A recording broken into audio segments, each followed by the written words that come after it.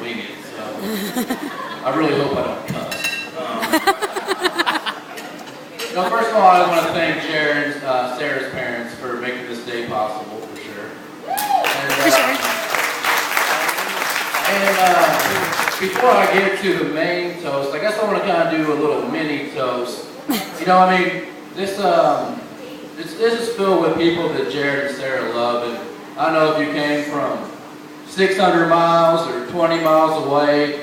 They're so happy that you're here. So before I get into it, cheers to everybody that's here. It's all love. So cheers to everybody. All right. So here we go. Check. Can you hear me? All right. I've been kind of just trying to take everything in today. You know, like you said, he's going to wing it, so I thought I would. And something just kept on coming to my head, thinking, like, I'm a very lucky guy. There's a group of people here today, a lot of them sitting around here, that I have known all my life. I love them like brothers. I mean, I've known them since first grade. I'm 27 years old. I'm only 27. I've known these guys for 25 years. I know them some high school, some I met in college, and why you gotta give away my age? But it's really a blessing. I mean, I know people that know some people that they've known their whole life. They know maybe one or two. I know probably 15 or 16, and they're my brothers. And one thing when that happens, you go through kind of everything together. You go through the ups, the downs, the sad and the happy for sure, but they're always there for you. So they got your trust. You know what I mean? And true. I don't know if you call it a downside, but to have a group like that, sometimes to let new people into a circle of friends like that, sometimes you don't trust them as much, or you know, it's hard to let them in. We met my boy Jared freshman year at UK. And, he was so outgoing, hilarious. Like, who is this dude? All of us? Like, he was exactly like us. You know what I mean? And throughout the years, I truly learned to love him like a brother, man. I mean, his loyalty doesn't stop. Hello? Here we go. I guess I gotta go that way. If anybody knows Jared, he doesn't like to wear shirts a lot. But if he had a shirt on, he would give it to you if you needed it. He would give you a shirt off his back. He would give it to you. And that's for sure. I mean, that's the type of guy he is, man. And you know, there's a ton of stories I could sit here and tell about sleeping in parking garages at Mardi Gras, or the countless hours of community service we've done at our local churches and other organizations around the Chicagoland area. Who wants to hear about that? Who wants to hear about that? I don't know.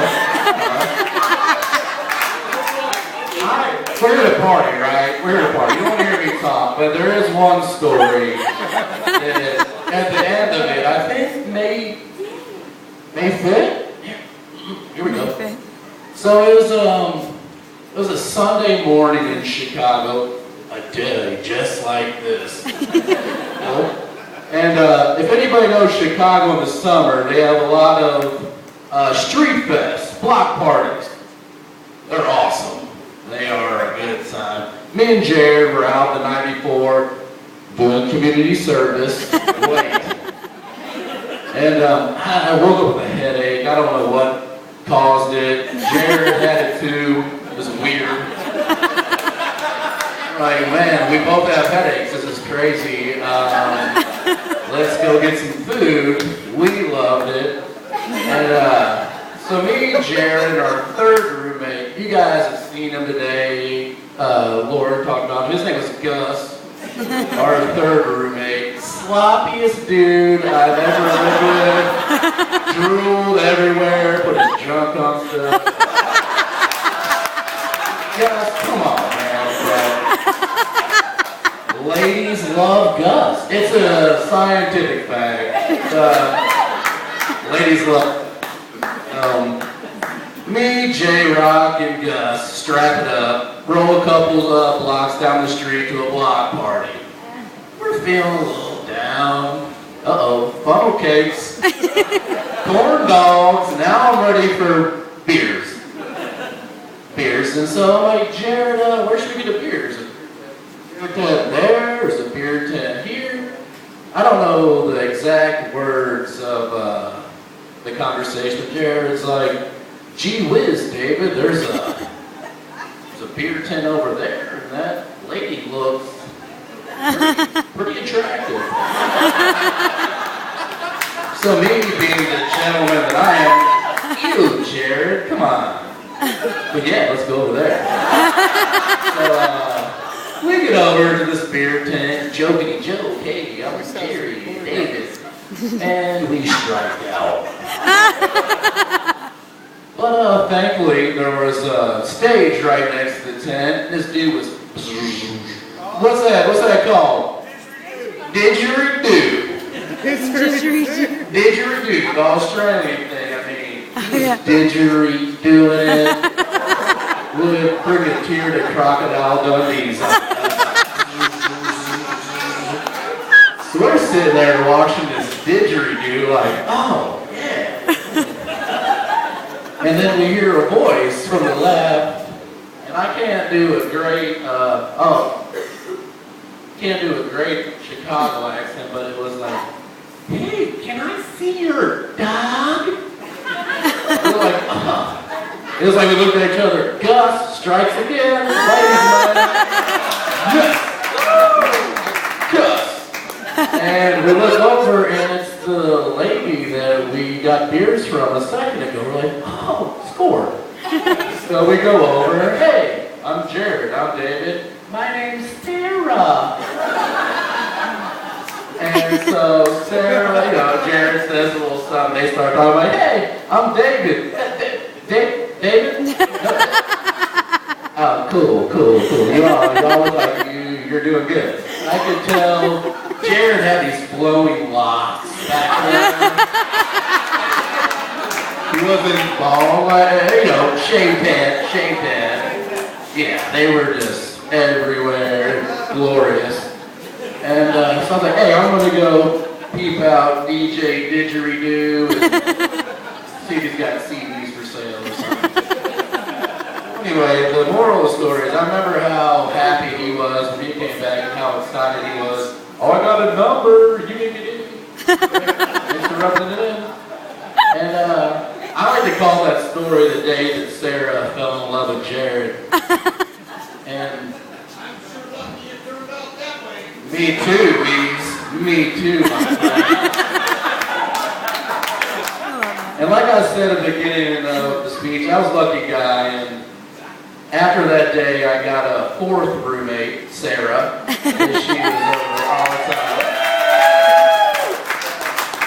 She was over all the time, but it was a beautiful thing because Jared would be asleep or passed out, something, and me and Sarah, would talk, and over that next year, I learned to care about Sarah a great deal, and she became a very good friend of mine. And when you got moved to Florida, those talks were something I really missed. For real. So, I'm a single guy. Blow smoke up your all ass and tell you some great marriage advice because I have no idea about it. But the way I figured it is, I love y'all. And everyone up there loves y'all. Everyone in this tent loves y'all.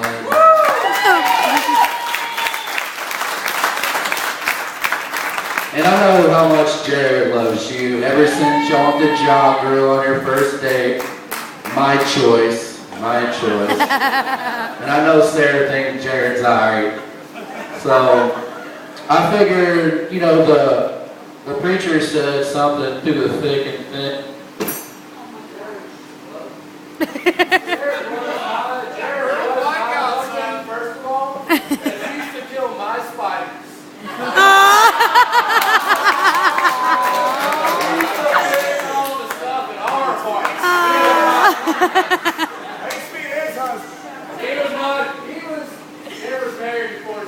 Hey,